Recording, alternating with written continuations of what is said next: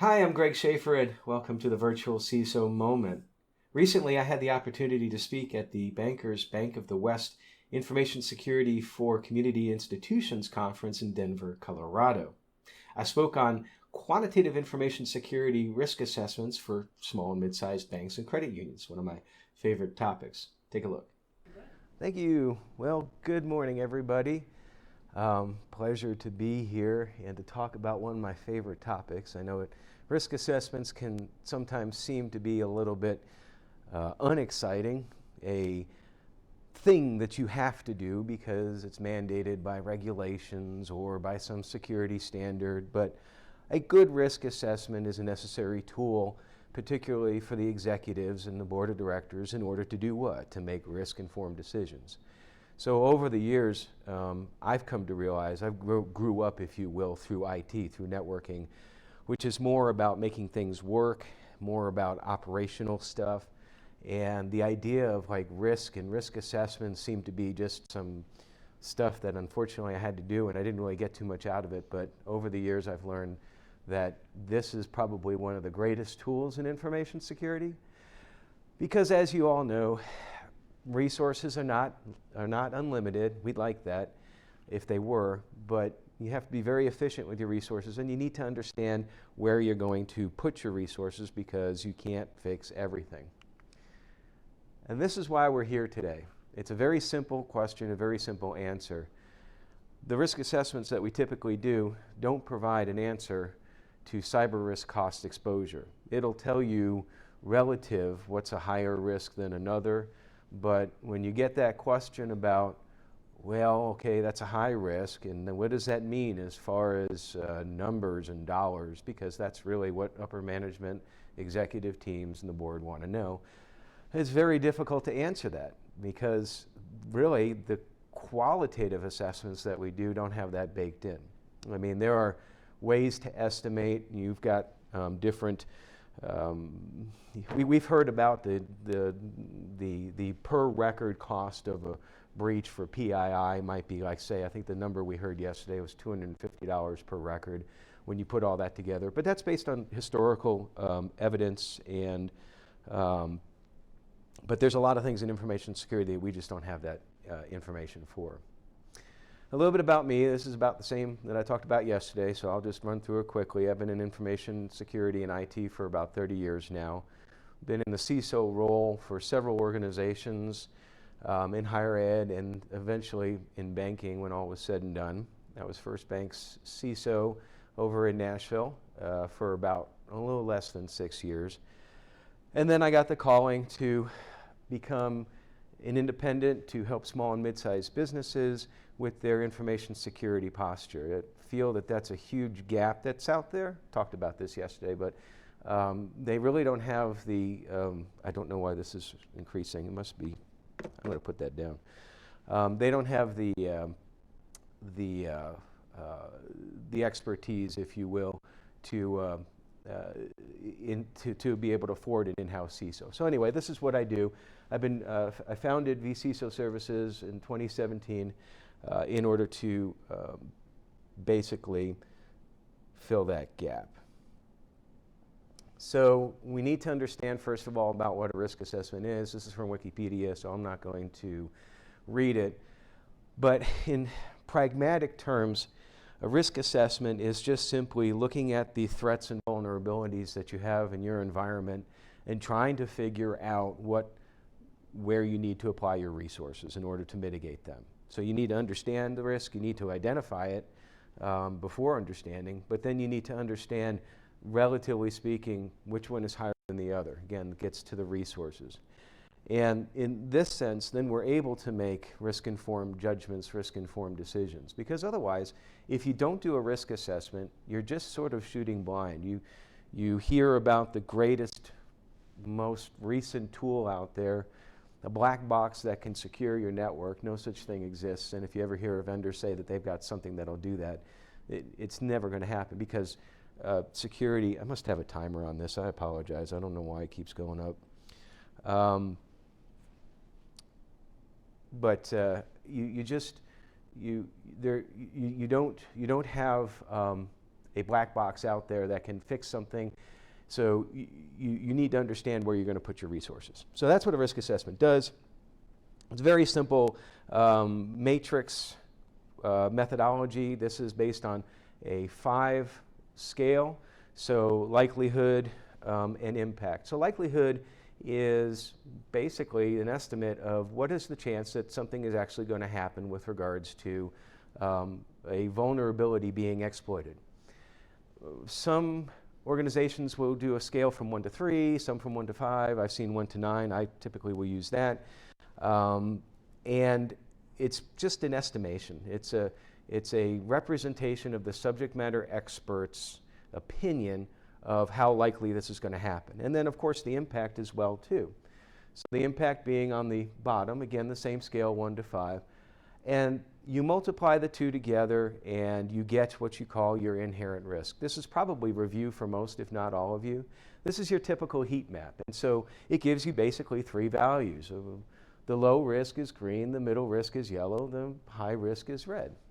You can take it a step further if you want and even vary the colors based on, it makes it look a little bit more granular. So maybe something's like not quite as high risk as something else, and that's good.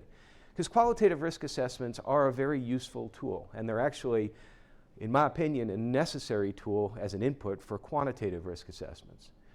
But you're still you're multiplying numbers together, but this is fake math. I mean, what are you actually measuring here?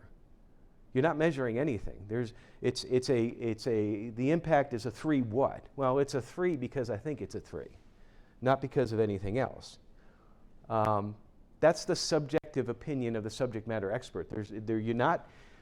That's why sometimes I see some risk assessments and they've got all these different calculations in them and all these different numbers and so forth, but it really turns out to be fake math.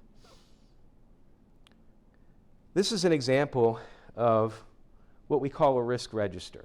You've probably seen these before. This is just a made-up example for the sake of today, where we're looking at core, the particular risk, the threat of an account takeover and loss of funds. So we're using a 9 scale here, so from 0 to 9 for likelihood and impact. We've determined that without any mitigating controls in place, if you just had your core out there open and there were no mitigating controls in place, not even a username password, your likelihood that somebody's going to exploit that is pretty high. It's about as high as it can be. And the impact to the bank is going to be just as high as well, too. So we're going to start out with an inherent risk of 81 here. And that's good. And it's like, okay, we understand we need to do some things. And we do some things. We do a lot of things here. We talk about, in this area here, this column here, the limited access to administrative functions. I bolded multi-factor authentication for a reason, but in this particular example, we have that in place for all of our accounts.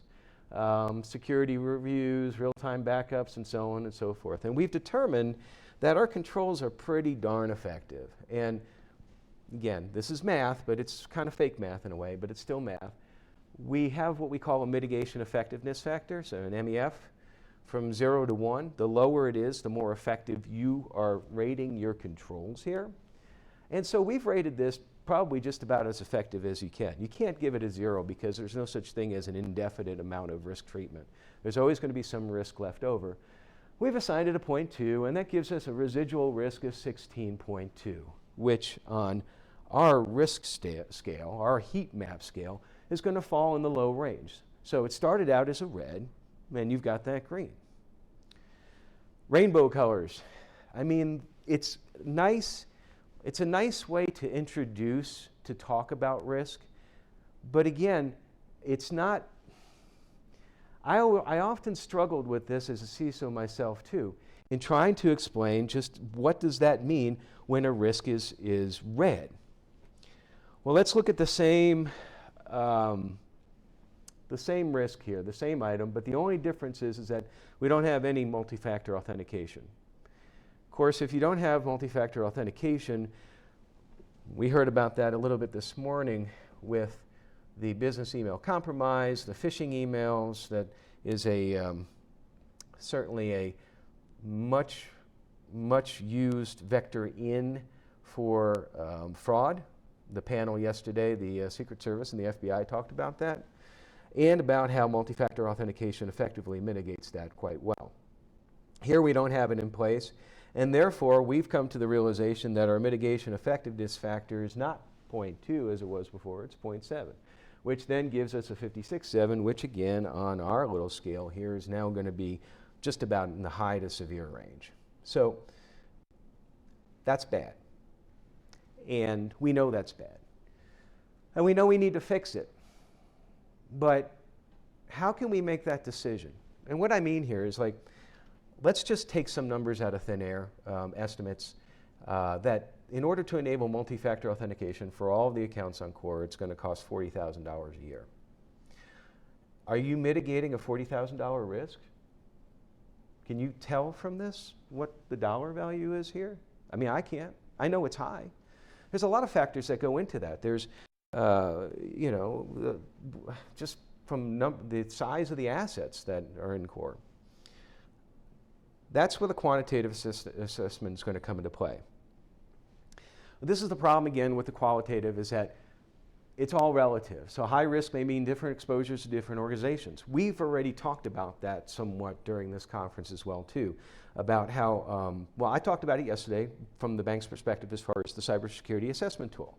There are different maturity levels, and we'll step on that in just a moment, based on the aspects of the bank, the financial institution.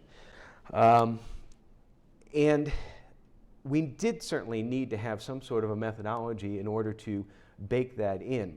And that's where the cybersecurity assessment tool came into play. And that was released a few years ago. And as I mentioned yesterday, it is a Word document that then there was a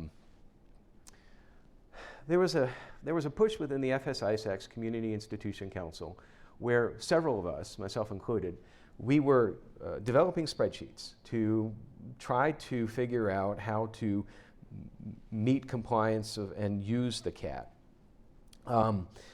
And we came to the realization that we're all doing something separate here in a silo. And maybe if we combine our efforts together, we could then create some sort of a tool that could benefit everybody. And that's what we ended up doing. And so the cybersecurity assessment tool, automated tool, that's a mouthful. I think I just took out a couple of the words there because I was running out of room, was developed. So this is a snapshot of the first part of the CAT, the spreadsheet tool. And here is where you're determining your inherent risk as far as the bank's attributes, characteristics. So several different things. Here we're talking about, it looks like wireless network access, and one other thing here as far as devices go. So you look at the size of the network, you look at the size of the deposits, you look at the services that are offered, and you end up with from a scale of 1 to 5, again, notice we're not measuring anything here, but we're just using numbers, of where that bank's maturity level should be as far as information security controls are concerned. This is a representation of that. In essence, you've got on one side what is the maturity for each of the domains. I'll talk about that in a second. And then the inherent risk levels, which is what we just figured out. Again, it's almost like the same, multiplying the math together. It looks a little bit familiar. If you have a 1 and a 1 together, so if you determine that you are the least of the inherent risk because of the small size of your institution, then you end up being around baseline, and you only have to institute certain controls according to the CAT. So the CAT has, I'm going to say it's close to 500, not quite, but it's 400 and some odd controls in it. But the controls past it, your preferred maturity level, you don't necessarily need to meet. You certainly would want to try, and you would want to track those.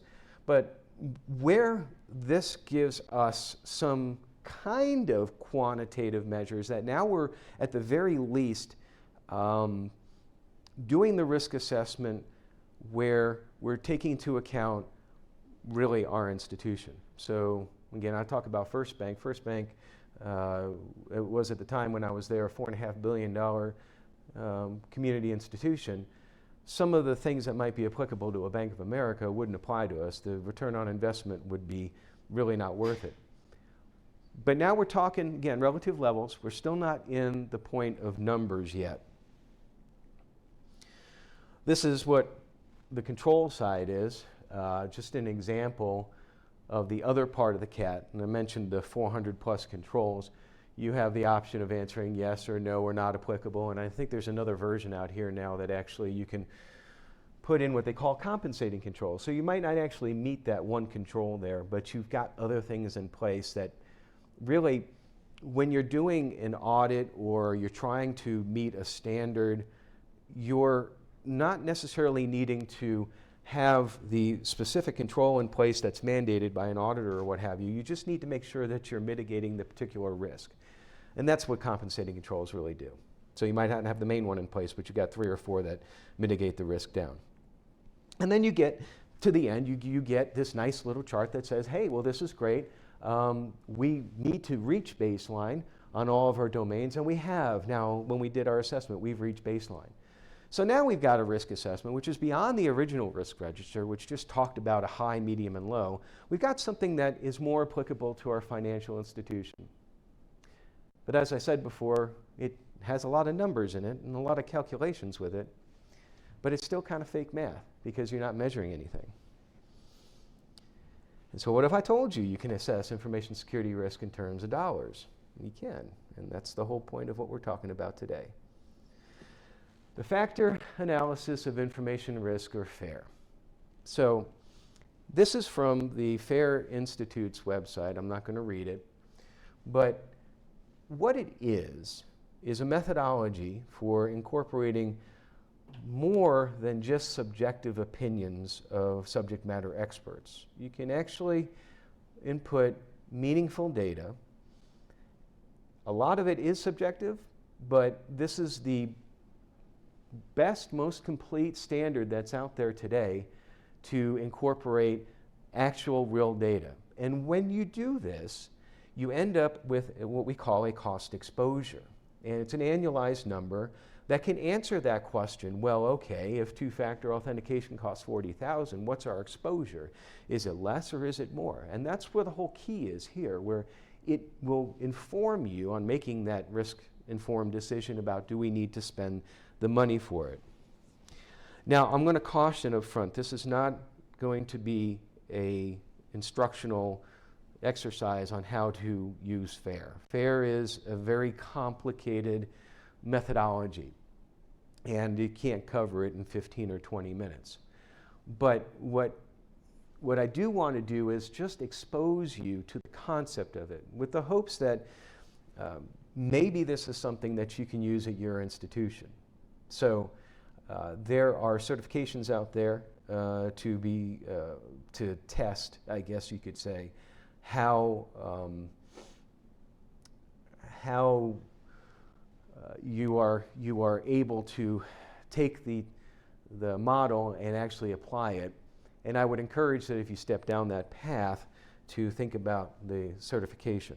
But again, this isn't about, you can't go down that. There are courses that take weeks in order to get to that point. But the whole thing about FAIR is now, we are risk professionals in information security. And I am an evangelist about this. There's too many instances out there still where the idea of information security is a technical thing, and that's just simply not true. There is no such thing as a technical CISO, because if that's what a CISO does, they're a CISO in name only. A Chief Information Security Officer and information security in general, the function, is a second-line risk management function. It is not a first-line IT function. And the more that we can understand that, the better we can secure our organizations. So me, as a risk professional, it's my job to be able to translate the technology risks and the other risks in information security to executive management, to be able to explain this is why this is a high risk. Before FAIR, if I was asked in a board meeting, or by the CEO about the dollar exposure of that example, there's no way I could answer it. I have no idea what the exposure is if we don't have multi-factor authentication for our core accounts. I would just be making something up. Now, at the very least, I've got a tool that will help me fulfill my mission of being that translator between the controls and the business risk. This is FAIR. This is the FAIR model. And I'm going to spend a few minutes going through this. I'll probably have to flip back to the slide. It all starts with risk up on top. Now, FAIR defines risk as cost exposure.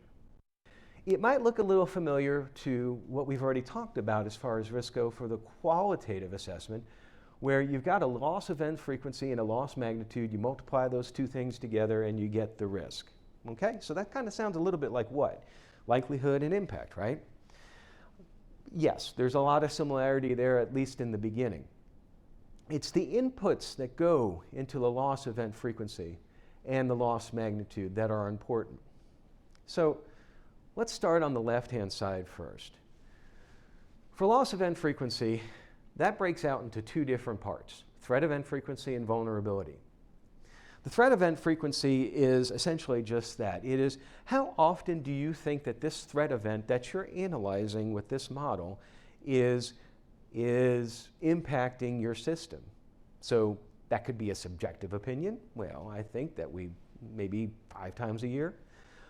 Or it can be based on real-time data from your logs, your SIM, your firewall, your other, if you have user and endpoint behavioral analytics in there. You've got tools that you can actually measure. You've got log reports. If you're in AWS, you've got guard duty reports, for example. So you've got some stuff that you can bake into this. And you might be able to bake it in even a little bit more granular. So you recognize that just because we have a guard duty alert or we've got a scan, does that necessarily mean that that's a bad actor trying to get in? Maybe, maybe not. So there's this concept of,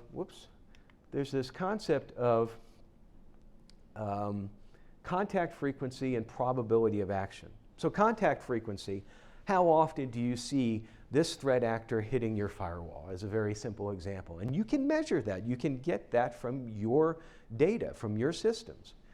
But when you look at, say, you've had 100 of those instances in a month, how many of those actually seem to lead to an actual attempted intrusion into your network as opposed to background internet noise? It might be 5%, 10%, something like that. That's the probability of action. The chance that the threat actor is actually going to do something with that vulnerability that they're trying to exploit. Now, on the other side, we have vulnerability. And vulnerability, we talk about vulnerability as being the something that can be exploited, and then that becomes a risk. But you can distill it down a little bit further. And this is where it gets really interesting as far as being able to measure the effectiveness of controls. Two important concepts here. The first is the threat capability. So you've got your bad actors out there. Different actors have different threat capabilities. Your script kiddies are those who are just running something that they downloaded. What's their skill level? It's probably pretty low. And this is a percentage here.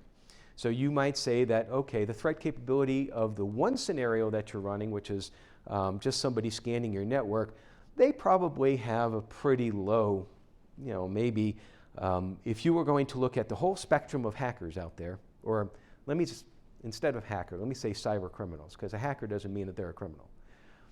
You look at the whole spectrum of cyber criminals out there, maybe they fall in the 20 to 30% range. So there are 70 to 80% of the cyber criminals out there have a much higher skill set.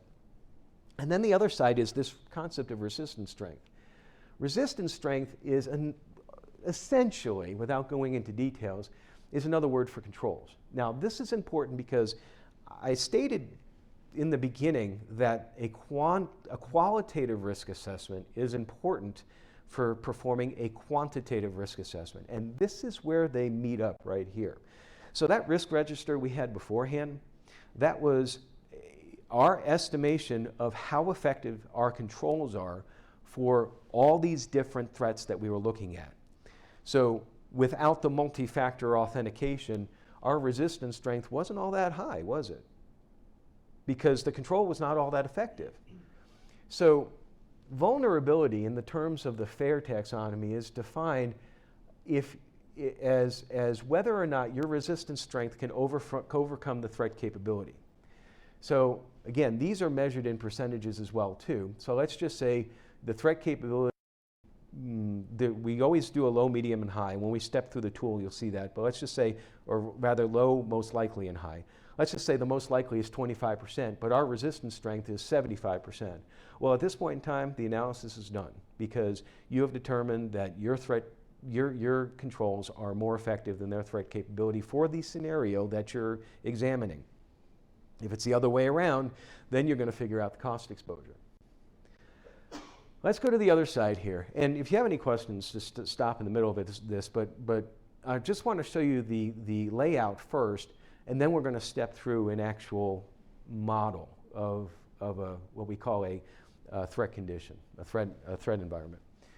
Loss magnitude. So you have primary and secondary loss. Primary is pretty easy to wrap your head around. It's those things that typically FAIR defines, I believe, 6 or 7 different types of losses. And 2 of those, for the most part, are primary. So the loss of funds, for example, that would be a primary loss. Damage to the infrastructure, that's a primary loss right there. Secondary loss would be, in the secondary risk, is items like fines and judgments would be one, for example, or lawsuits, or the response to provide credit monitoring because of a PII breach. I like to use the example here. It's not so much in the finance world, but I think it's one of the best examples out there right now on how to illustrate this, and that's with the GDPR, the General Data Protection Regulation for the European Union, which in essence is a privacy regulation. I'm sure you've all heard about it. We've got kind of GDPR light coming in California starting next year. The GDPR, there's this really hyped statement that says you can be fined up to 4% of your annual gross revenue for an incident, or there's a minimum $1 million figure as well too, or I can't remember what that is, but let's just go with the 4% right now. As of January of this year, and I haven't looked at it since, there were over 59,000 instances of violations reported of the GDPR. None of them came close to invoking a fine that was 4% of the gross annual revenue of a company. And in fact, the largest one wasn't even a data breach at all. As a side note, it was how Google was using data. My point being here is that if you start with the idea that our GDPR risk, well, we're a $100 million company, okay? And that means we have a $4 million exposure to the GDPR right off the bat. And that's per incident, by the way. That's wrong. You're taking the extreme and you're not taking into account the actual data out there. So this is where now we talk about loss event frequency and loss magnitude. So that 4% of the GDPR, for example, that might be the loss magnitude. That is the most that could actually happen with regards to this sort of a fine. But how often is that going to happen? Well, data right now says that it's not going to happen. So you might then be able to put in there a figure based on what we've seen as far as what the fine level has been and come up with a number which is substantially lower than 4 million. And again, now these are numbers that are based on real values. So all of this now combined together will define risk in terms of cost exposure. FAIR is different than your typical cybersecurity assessment tool or your risk register in that each one of these analysis you have to do for a specific scenario. And in that sense then, what you want to limit using FAIR for are those risks that you have determined from your qualitative model to be the highest. Because straight up, you cannot do this for every single risk that you have out there. You will not, it is too complicated, too time consuming. We recently finished an engagement with a firm that we ended up with, I believe, 15 risk scenarios based on 5 threat conditions. And I think the highest risk one was the threat of the loss of intellectual property for this particular firm. And that took us, when all was said and done, 3 months to get to. Now, of course, we did a qualitative risk assessment first and a gap analysis along the ISO standard 27002, the controls. But my point being is that, you know, our risk register, when we were done with that, we had like about 75 different items in there. It made no sense to do a FAIR analysis on all. We did a FAIR analysis on 3 of them, but using different threat actors out there.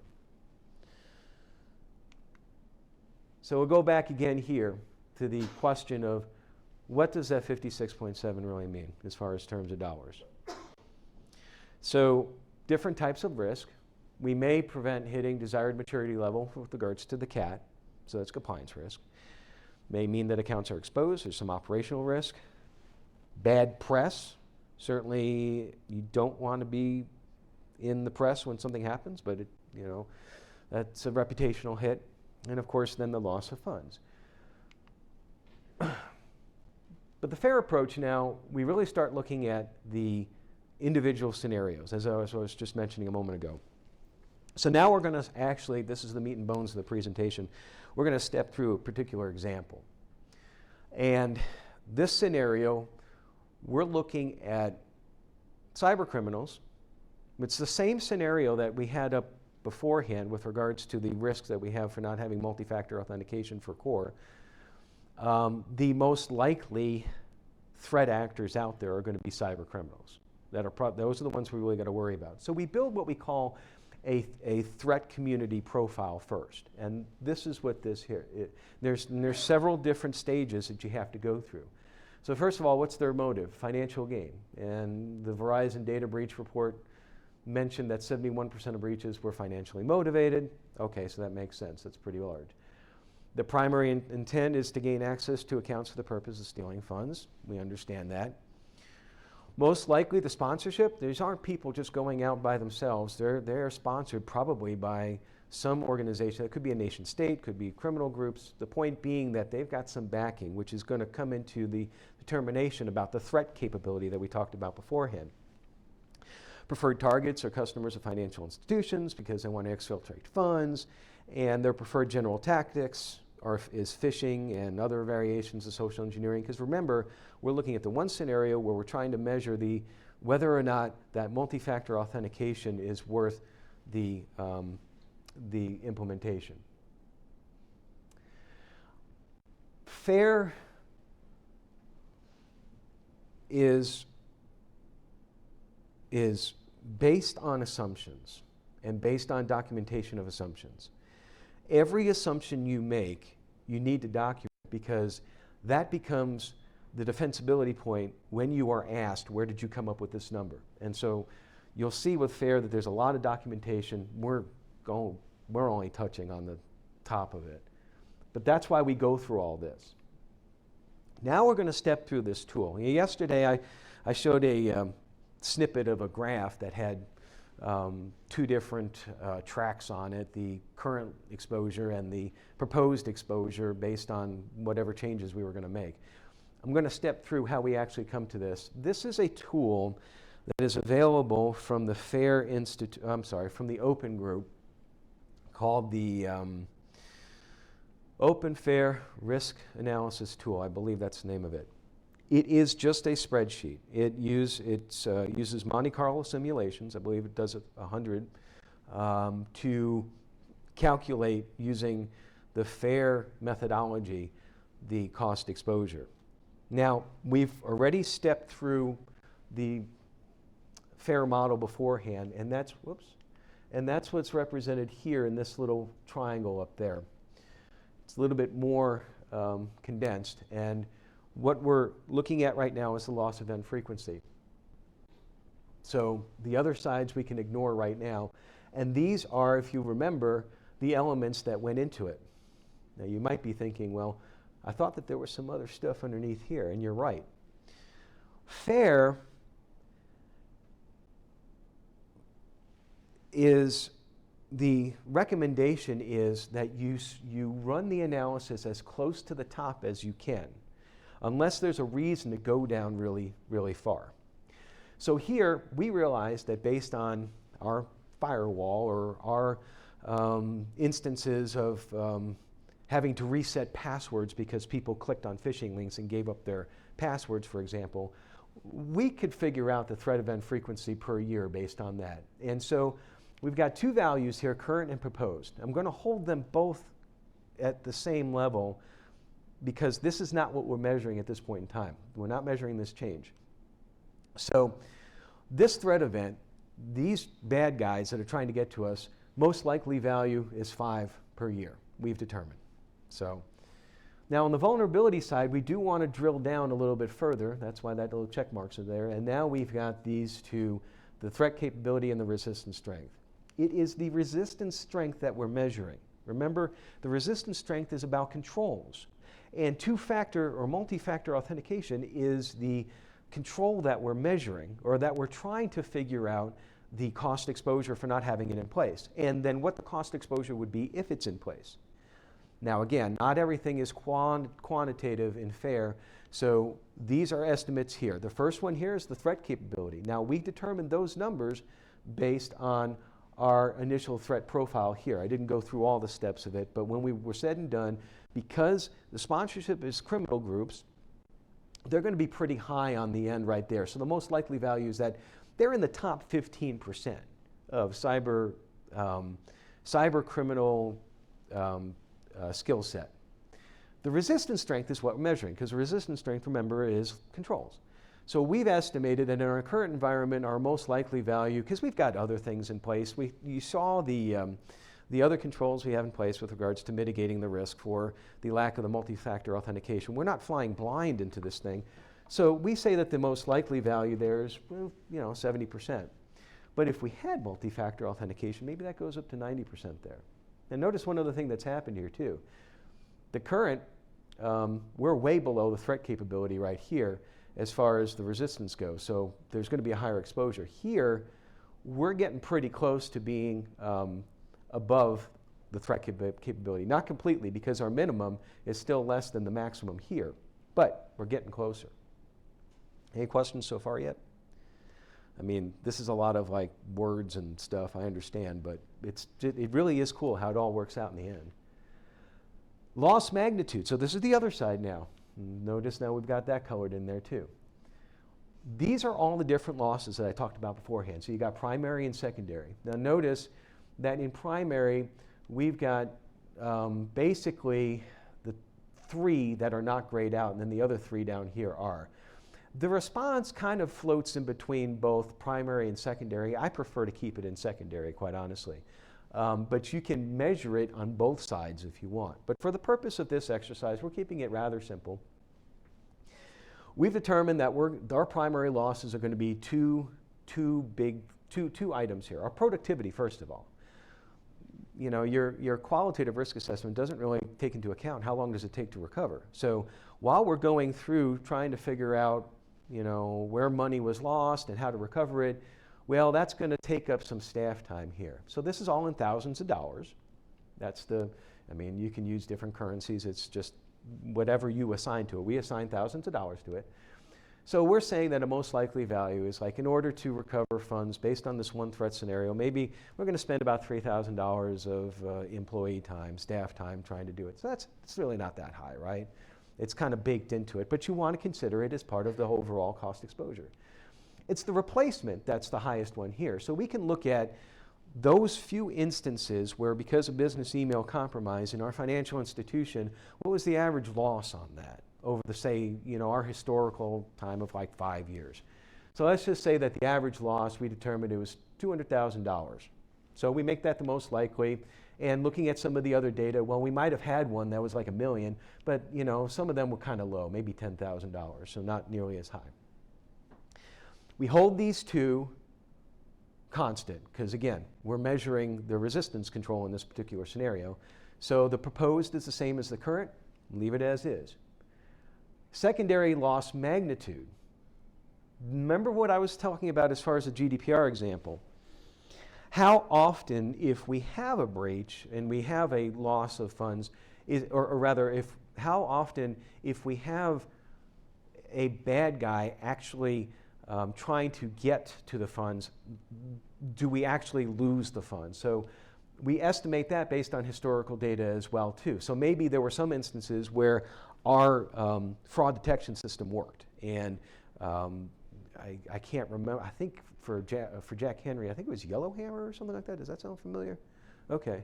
I'm reaching back into my banking days. So, I mean, I still do some banking stuff, but we work with all industries.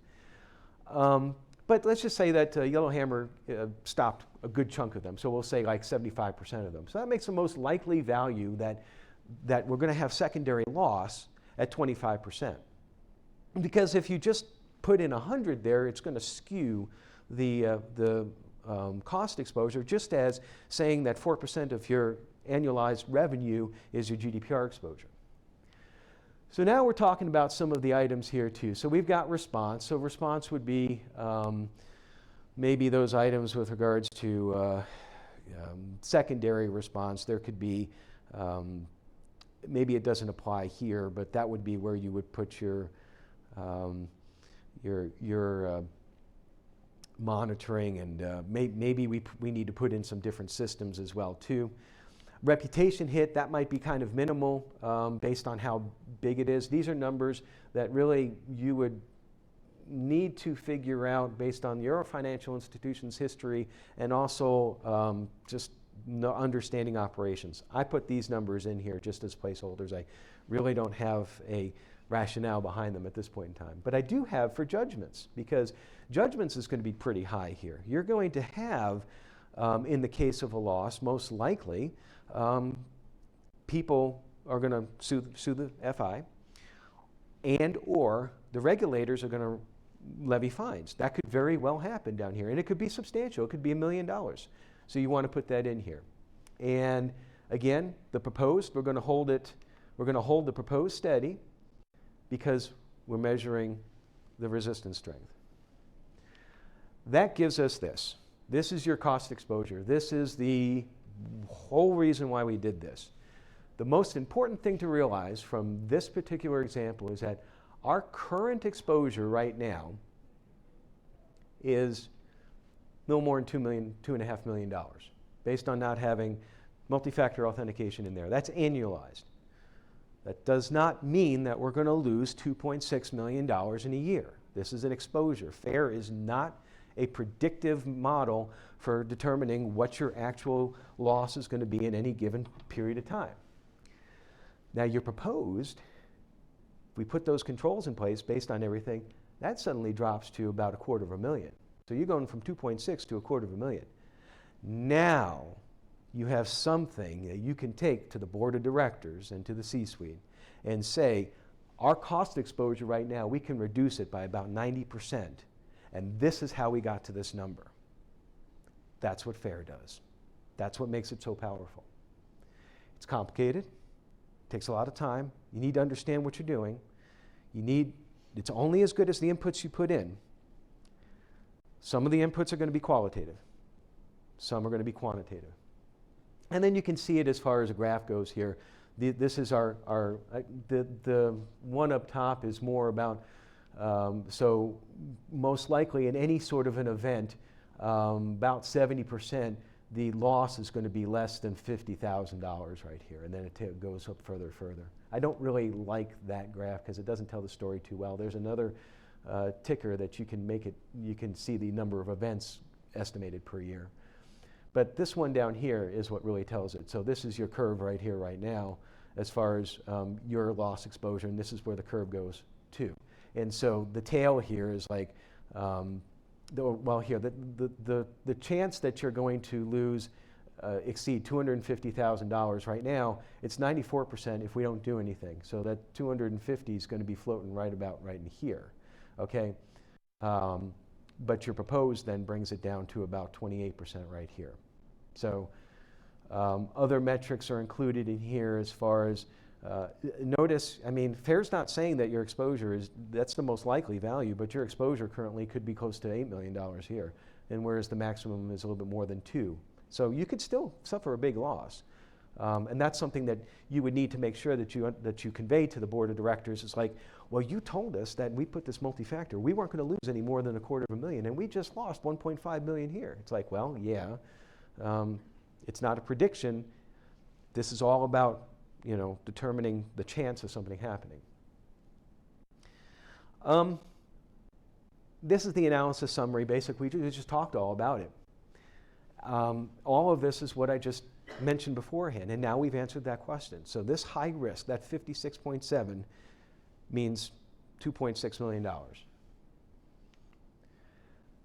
Some things to consider with regards to FAIR before leaving here, and I think I've touched on all these, but they're very much worth repeating. First and foremost, it's not a predictor of loss. Never will be. You can never have, if there is a tool out there that someone develops that will tell you exactly how much you're going to lose because of a particular vulnerability in a given year, buy it. I mean, it's like, it's an impossible tool. It's like that black box on the network. It'll never exist. So I say buy it, but once you've verified 100%. In other words, you can never get to that point. The assumptions, the more accurate assumptions equates to the more accurate analysis. I think it's pretty clear just on that one simple example how you can skew it pretty far if you don't have the right numbers in there. And again, when you put in the numbers, document, document, document where it came from. That's the defensibility here too, as well. And then finally, the beauty about using this particular tool from the open group is that you can modify the inputs based on changes to your environment, or the control environment, or to the threat environment. For example, you might need to bump up the threat actor capability, the threat capability from, what was the most likely value? I think we said 85. Maybe there's a release from the FBI that says something along the lines that makes you think, well, their threat capability is actually higher than that. And then your cost exposure is going to change. Now that tool, you can all use. You can download it. There is a 90-day beta evaluation license, but that really is more for folks like me as opposed to you. If you're using it for your own organization, it's unlimited. You don't have to pay a licensing fee for it whatsoever. So don't get kind of hung up on where they say about the beta evaluation license. It's for folks like me that we have to pay the license. There's, since this is still fairly new, it came out about a year and a half ago, there's only, well, the tool is new, but the licensing is for not the tool, but for the use of the standard. There's only 10 organizations right now worldwide that are licensed to use that standard in performing analysis for other organizations, and we're one of them. Now, I'm not going to pretend that that's going to stay that way. That's going to change as more people realize that this is an effective tool that folks need to use. And there's probably some folks out there that are using the tool in a similar capacity to how we're using it, but are not licensed, but that's not how we do business. This is the FAIR Institute. If you're interested in this, I would encourage you to join this, and join it today. It's free. There's no cost. And there is also a model, just like the spreadsheet in there, there's a model in here that you can use to teach yourself FAIR. This is how I taught myself. Before, in fact, that started before the spreadsheet even came out. Again, I can't use that for client work. You could certainly use that in your institution as well, too. FAIR, the evolution of the popularity of the standard really has been one of those curves that kind of like started out in like 2004 and then just recently has started to come up. You're going to see this more and more. And if you can demonstrate that you're estimating loss based on a standardized approach out there, you're going to win the arguments more often with your C-suite and with your board.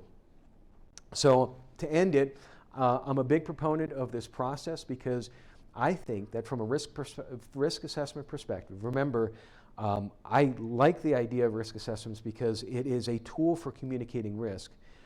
This brings it to a whole new level. And I'm happy to talk about it after this or after the conference. These are various contact links. We've got, we're on Twitter and we're on Facebook and LinkedIn, and we've got I guess I don't have the YouTube up here. We do a video every couple of weeks for small and mid-sized businesses. I'm going to do one about the cat at some point in time, but I've done FAIR beforehand. So that's it. That's FAIR. That's quantitative risk analysis. Any questions?